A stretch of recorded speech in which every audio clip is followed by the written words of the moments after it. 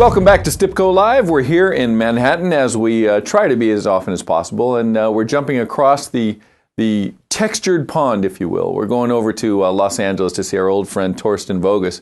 Torsten, my friend, how are you? I haven't seen you in a million years. Very, very good.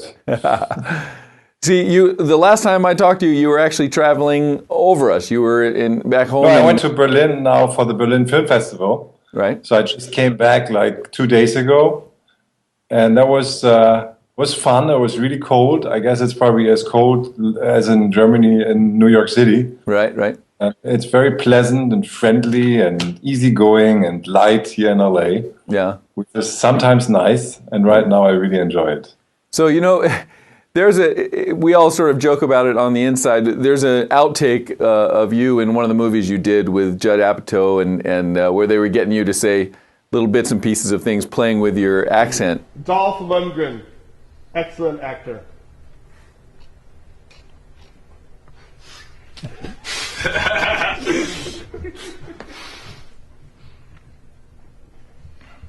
Dolph Lundgren, an excellent actor.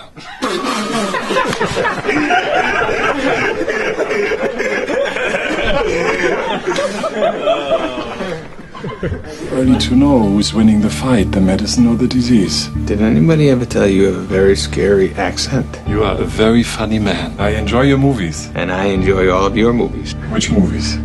The ones where you try to kill Bruce Willis. The control room right now you can't see, but they're all stuffed in there, cracking up, and you should know you have about 1 million Lebowski fans in here as we speak. Yay! Last time I saw you, we were walking around town in San Francisco doing a photo shoot, and I'm 6'5", and you got a good couple inches on me. You're a big, tall guy, and everyone was recognizing you from, of course, Lebowski and a couple other films, but primarily that. Nobody ever recognizes me from Lebowski because I don't look like that. That's not true. That's not true. We definitely got a few people asking us about it, but really? Yeah. But do you know that actually here in Manhattan, in a section of Manhattan, there's a whole store dedicated to two characters, and it's your character. Very cool. Yeah, it's your character and Lebowski, and it's this whole store, and it's filled with memorabilia. Okay, I'd love to see that. You're a little scruffy. Now, this is not normally your look. Tell me a little bit about this. Well, I explored my darker side because I did a movie called Lords of Salem for Rob Zombie. Right. And I had an enormous fun doing that because I could just be completely crazy, insane, evil. I play the satanistic Norwegian death metal guy. Right. Which is really nice. That's pretty straight. That's pretty normal. That's typical. That's pretty normal, right? Yeah.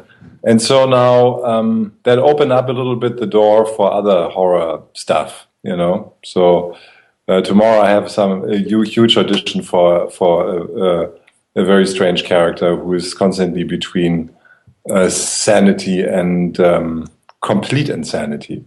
So that's why I look so unshaved, and I mean I look pretty normal probably. I just you look pretty well groomed. You and I have had conversations about this. You've expressed a little bit of exhaustion, or you're kind of over playing the big, gnarly, creepy guy, or the horror, the bad guy, the killer, the pervert, the this or that.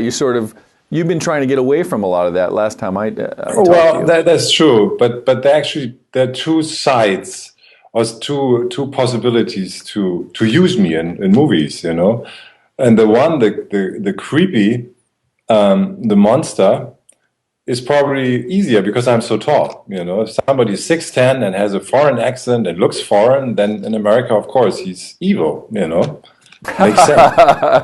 What are you saying, Torsten? Well, that's true. Or he is kind of like at least weird. Right. So weird, funny, or evil. But that's pretty much and of course I understand. I mean, I have an accent, and an accent kind of defines you. In Germany I wouldn't have an accent, but it's a very small and not very interesting market. I love American movies. Yeah. Even though It's like those Germans have a different word for everything. They have a different word for everything.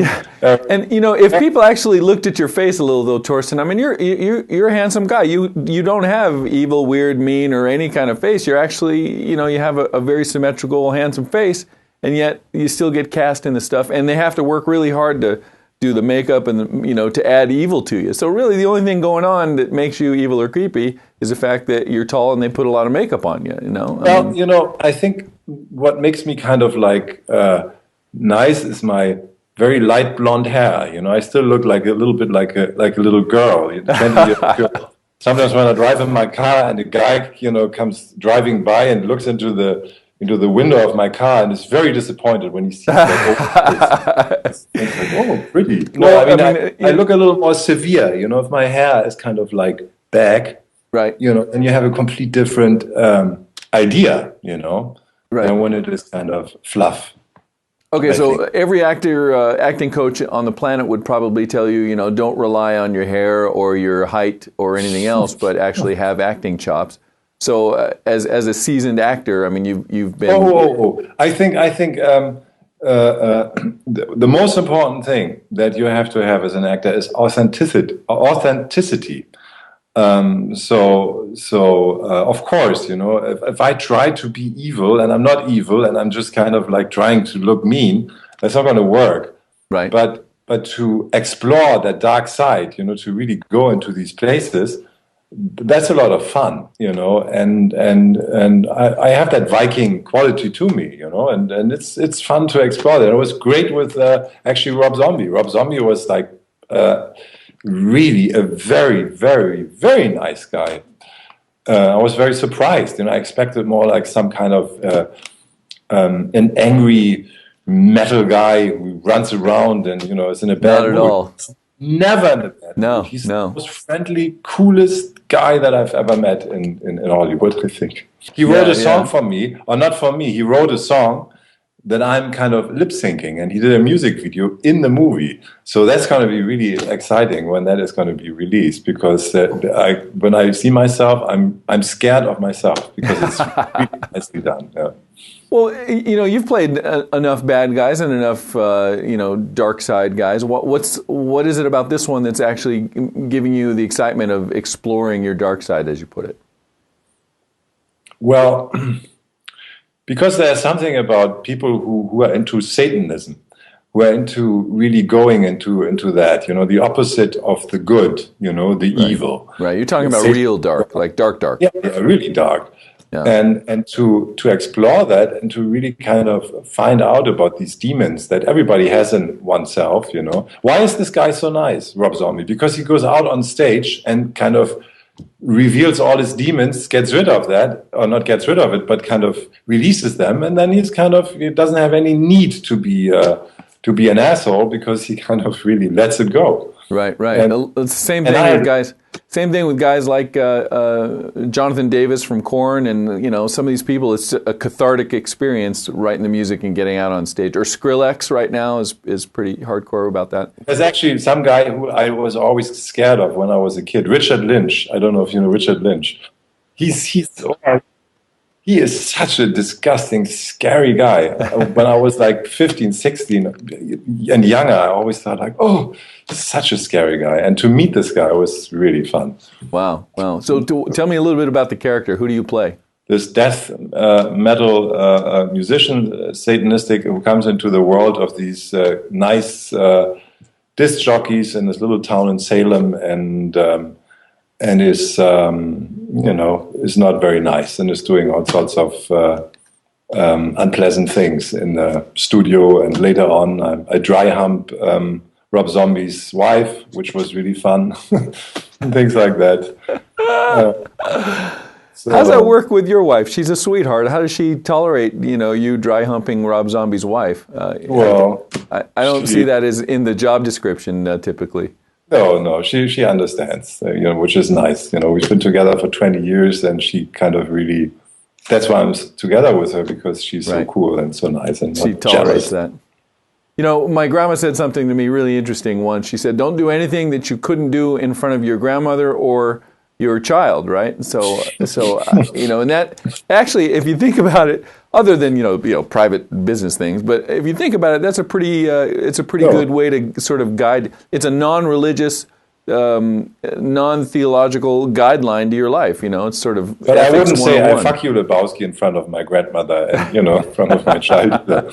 So. But you have the excuse of saying, well, it's a part. I was just acting. It's only a thing.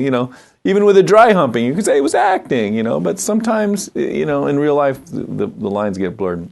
Actually, I went to an acting class here in Los Angeles a while back, and I was absolutely amazed what these guys did on stage. There were naked women, naked men having, all sorts of fun, naked, and right. And I'm from Germany, from Europe, and that was amazing. Well, that's what I was going to say. I mean, you're European, particularly in the acting community from Germany. I mean, that's like acting 101 over the pond. No, but see, on stage, sometimes what I found at that school, sometimes it's good for young American people to let loose, to kind of open themselves up to experiences, to having sex with strange people that you don't know, and you have to do that in movies and films, and they were exaggerating that a little bit. These guys were just completely letting it loose, which I thought was very funny. Very did you get up on stage and dry hump anybody on stage? I didn't take off my clothes. I just watched. I'm way more a watcher in situations like that. What was the name of the movie you did with Rob Schneider, where you played a 20-foot tall woman who he was pimping out on, or what was it? Deuce Bigelow, Male Gigolo. Of course. Yeah, that's a very painful memory actually, because they promised me to use my voice, and that's why they hired me, and first it was just like the head a little bit off, and then the head was gone, and then it was like my feet. There was like a scene where he massages my feet, and then I didn't like my feet. I had somebody else play the feet or do the feet, and then it was my voice that went down the drain. And still, I had a huge Hollywood premiere where they picked me up in a big limo, and I drove to the red carpet, and the journalist asked me, "So how did you prepare yourself for the role?" It's like, how did I prepare myself? I shaved my legs and I shaved my arms. That's how I prepared myself for that role. Well, it was still classics. It's just knowing you and then seeing you in the part, I was like, I know those feet. That was good. No, you don't know those feet. They're different feet. You know those feet. No, I haven't massaged, nor have I dry humped your feet. I'll put that on record right now. So happy. Thank you, Aaron, that you haven't done that. What's the benefit? What's the general sort of draw to still making films in Germany versus America, or vice versa, for you as a German citizen or former? The whole subsidy committee thing is very challenging, because in Germany they don't sell movies to the audience. They have to the producer has to sell the movie to the subsidy committee and to the network executive. Of course. So the producer actually makes his movie before the movie is made. And he gets the money, and then he makes the movie, and he tries to keep as much money as he possibly can, Right. So... and that, of course, is completely different here.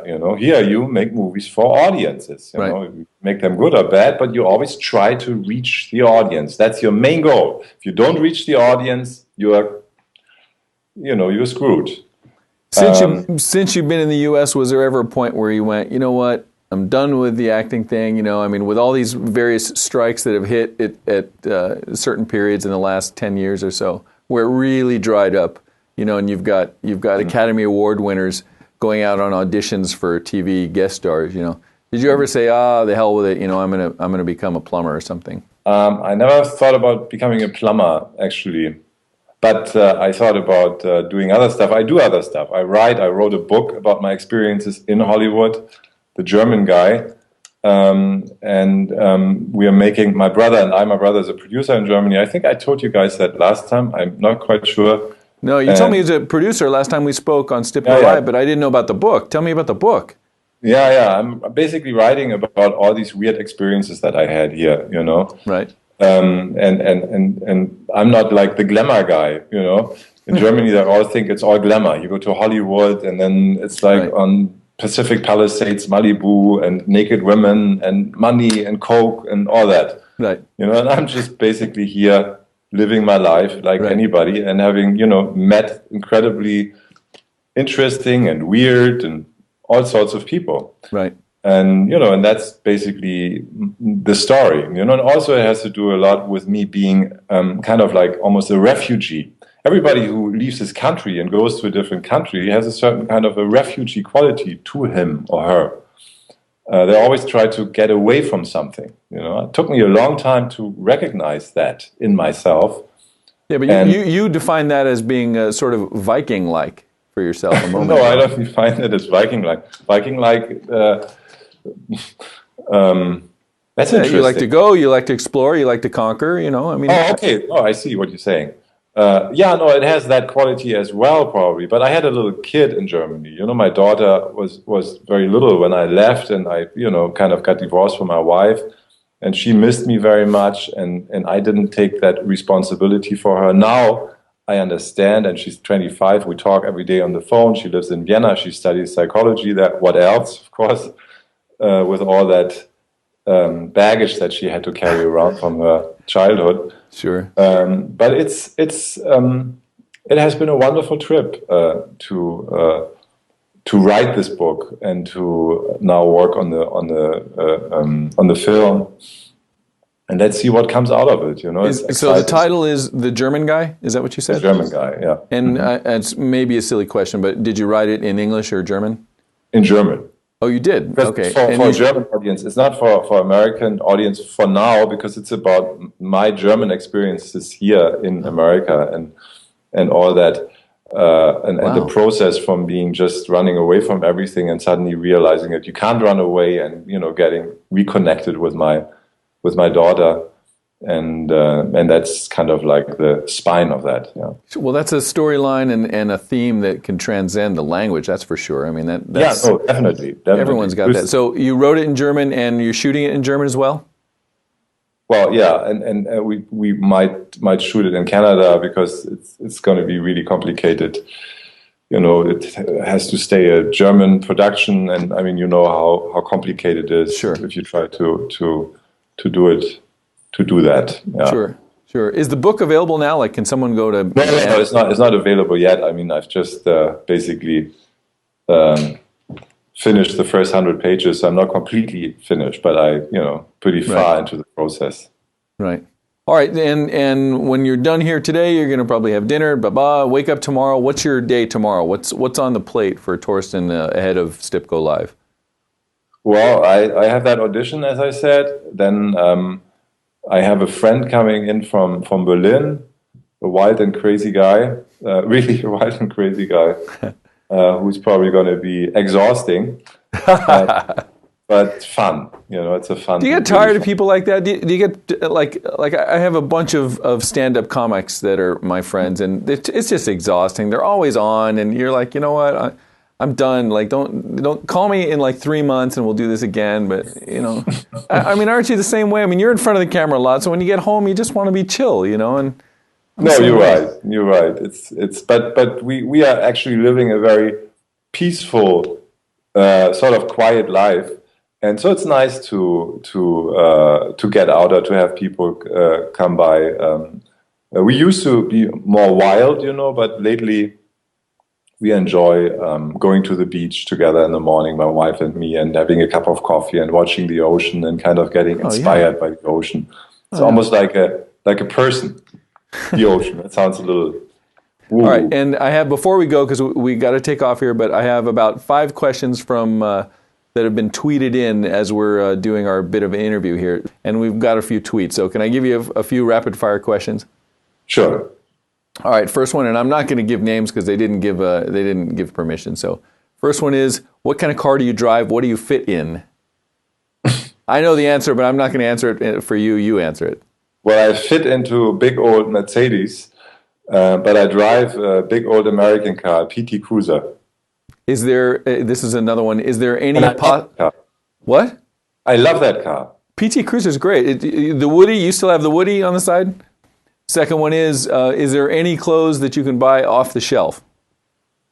Yeah, everywhere. I go to Marshalls or Ross or something like that, and I always find really nice designer clothes for very, very little money because there are not that many tall people and it all lands in those places.